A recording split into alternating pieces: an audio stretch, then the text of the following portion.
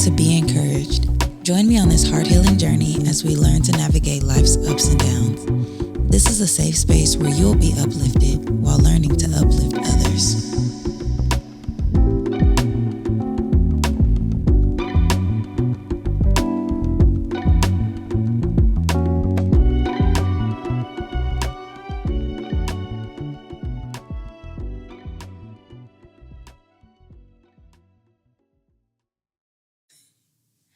Hi, you guys.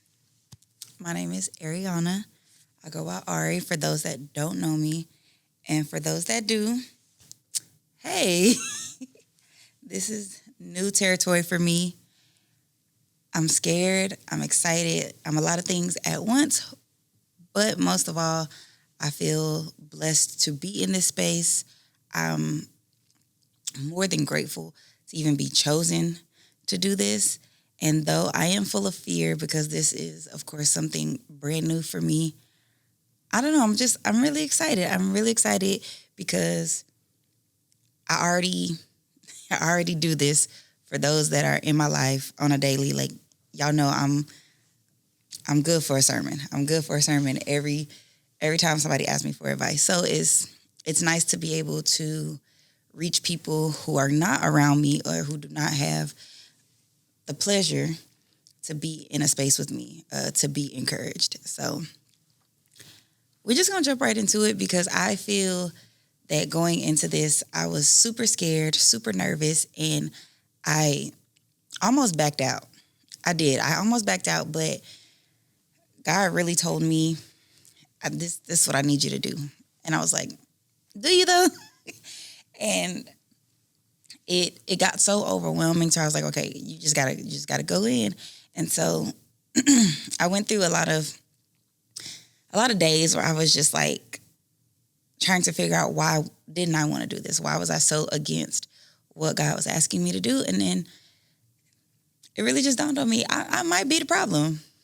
I might be the problem. And I know that sounds crazy and a lot of us don't want to admit that we're the problem, but nonetheless, sometimes you are. But today, we are going to talk about how you can work through being the problem. How can you identify that you're the problem? And what can you do to no longer be the problem? And I think, for starters, you have to know your why. You have to know what makes you the problem. And this problem could be ranging from things like, in my situation, being scared. What makes me so scared to not share the things I already know with people? I talk to people every single day. At work, at home, like I talk to people all the time. But what makes me so scared to be in this space, right? So I had to figure out my why. And you have to really dig deep into yourself and ask yourself, what makes me this way? What experiences, what traumas, what even sometimes self-inflicted, things have I experienced to make me this way? And it's a very scary place to be completely honest, because if you're doing it correctly, one, you're being open with yourself as well as honest. And honesty does not feel good.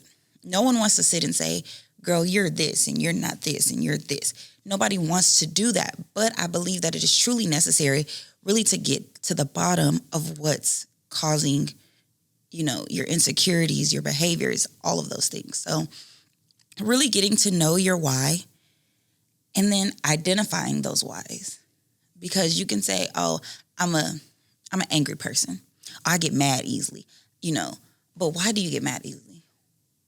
What areas of your life are so triggering that cause you to get mad? What happened to you to where you feel that anger is the first, emotion you want to feel, right?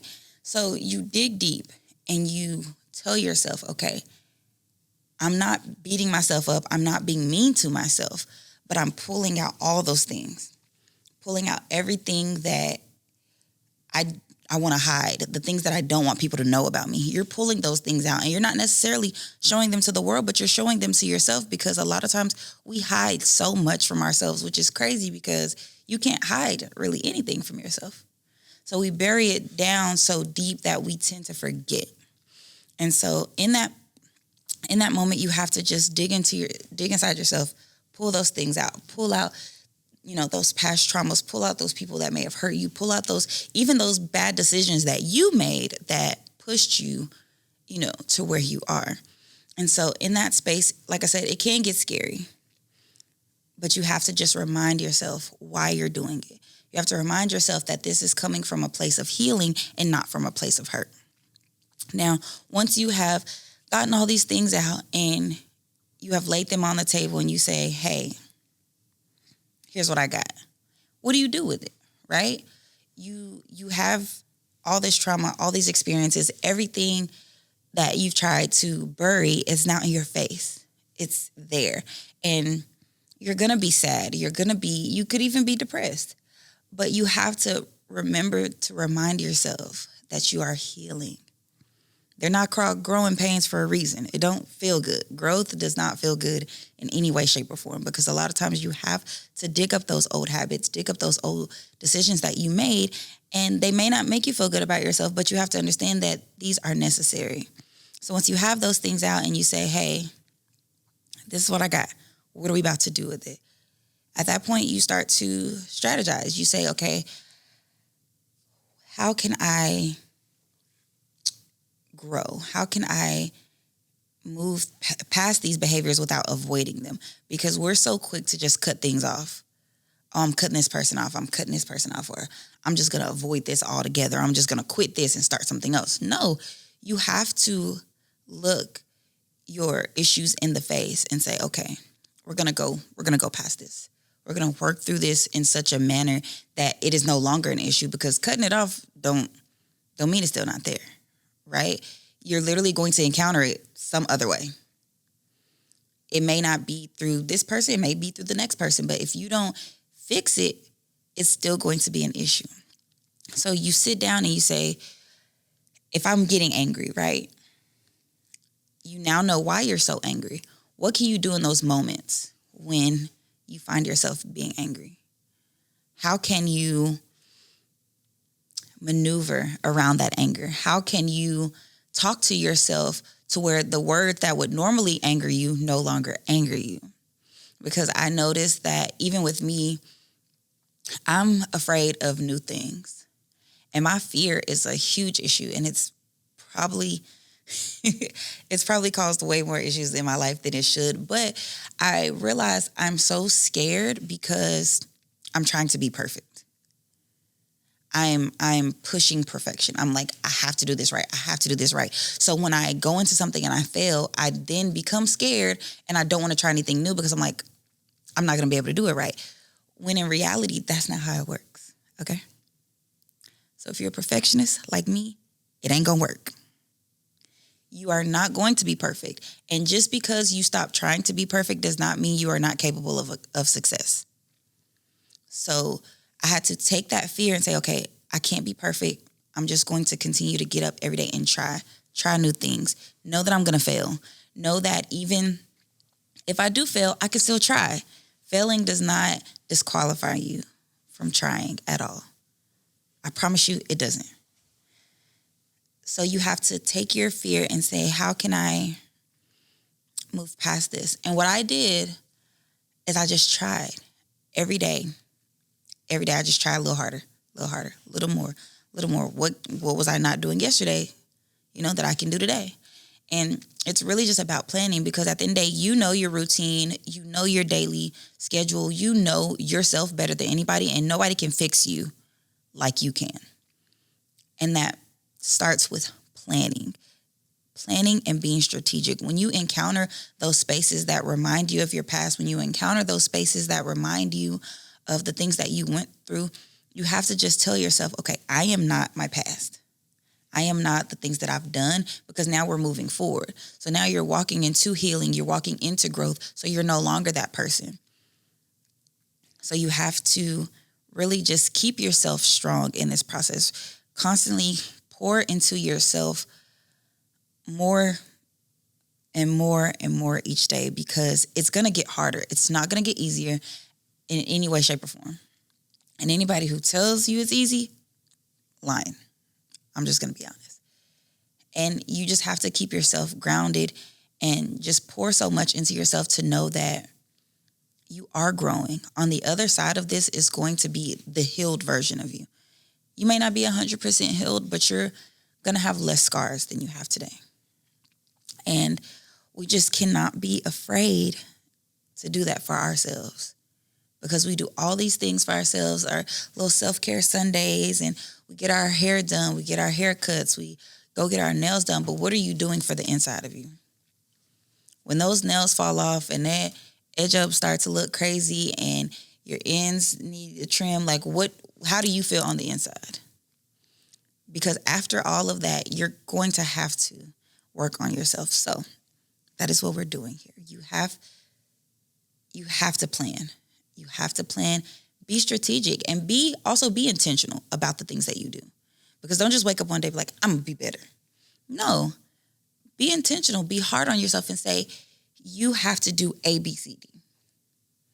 You have to, 1, stop procrastinating. You have to work a little harder. You have to get up a little earlier. You have to adjust your schedule a little better. And I only say these things because it works for me. It has worked for me in such a way, because procrastination is also another issue for me as well. Why do I procrastinate? Because I'm scared that I'm not going to be able to fill the shoes of who I know I can be. And it really boils down to insecurities. And you have to build that confidence to know that no matter what life throws at you, you're going to be able to work through it. And so I had to sit back and I'm like, okay, we're going to plan our days better. We're going to not procrastinate. In the moment where you find yourself, you know when you're procrastinating, let's be honest. Everybody does. You know when you're procrastinating. So being honest with yourself and saying, okay, I should probably put my phone down. And even if you got to put your phone on silent for 2 hours, put it on do not disturb for 2 hours. Even if you have to do something different for 2 hours, that's okay. Lock in with yourself, because I'm telling you, the amount of stuff you can get done in a small time frame is crazy. When you truly lock in with yourself, like I'm telling y'all, I cleaned my house in an hour, and it just I felt like I didn't do it right. But in reality, I just was so used to getting up, doing one thing here. Next thing you know, I've been cleaning for 3 hours and haven't done anything. But I locked in for an hour, and I went hard, okay? I went hard.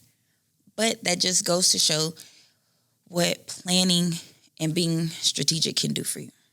So first, identify, know your why. Collect all the information you can about yourself. 2, you take that information and you strategize. Come up with a plan. Come up with ways you can do better. And it doesn't have to be some full-scale outline. It can be just, hey, tomorrow I'm going to get up a little earlier. Start with that. Or tomorrow I'm going to spend less time on my phone. Tomorrow I'm going to, do whatever when I get to work. Tomorrow I'm going to maybe create a boundary, right? You start with something, but you have to have a plan on how you can attack these things, because at the end of the day, you're responsible for it. Nobody else is responsible for you. Nobody else is responsible for your emotions, your triggers. You are responsible for yourself. And lastly, we're going to execute. And this is strictly just doing. It may sound easier said than done, but do it. Even if you have 3 things you want to do today, do better, and you only get 2, you did it. Now tomorrow, aim for 3. Go back to your plan and say, okay, why didn't I get these things done? Okay, here's why. And try again the next day. But every day you get up and you execute. Also, in the midst of this, create healthy boundaries, right? Because a lot of times our friends and our family may not receive, our healing journey well. And I say that from experience as well. I was in a situation where I kind of isolated myself because I realized I had too many distractions. I had too many people talking to me, reminding me of the things that I had done in the past, and it was hindering my healing journey. So I sat in a place and I cried and I grieved for months. I was just sad and crying. And I did not understand why, but when you start to heal and you start to just shed that old weight. You start to break free from those insecurities that were holding you down. It is a grieving process because you are now dying. The old you is dying. And you're now coming into this new person. And it is scary territory. It is scary to be in an unfamiliar place because a lot of us, our judgment and our vision is clouded by unhealed trauma. And it don't even have to be unhealed trauma. It could be mistakes. It could be whatever, but our vision is clouded. And once we become healed and our eyes start to open and we start to see things for what they really are, it is scary. However, it's refreshing because now you're in a space where you can see things, you can identify things. And this is the point where you have to start making those healthy boundaries. Don't let anyone guilt trip you. Don't let anyone belittle you because you have decided to move forward. You have decided to take off, your veil. You really are starting to operate in a healed space, and people will not receive it well. They're going to say you're funny acting. They're going to say, oh, you don't talk to us no more and you don't do this. No, sometimes it requires isolation. And, off the bat, our first response is to go off. We're going off and we're snapping and we're, all these other things. But you have to handle those situations with grace because it is going to, it's going to make you feel better. Handling people with grace makes you feel so much better because now that you are healing and you're starting to understand things, when you snap at people, that pulls you back to that unhealed place. And so handling them with grace kind of helps you keep your peace and helps you stay light. It does not allow your heart to be heavy. And that's what you want. You want to continue to operate in such a way that your heart does not get heavy. And I don't know, y'all. I don't know. I'm hoping this helps anybody, because let me tell you, there is nothing harder than you're coming from a space of trauma and mistakes and insecurity, and then you break free from that. You now have that confidence and you're like walking different and you're talking different and you're glowing and you got this pep in your step, and then all of a sudden, here come that family member, that friend, that whoever that knew you when you did these things. But let me tell you something. Let me tell you.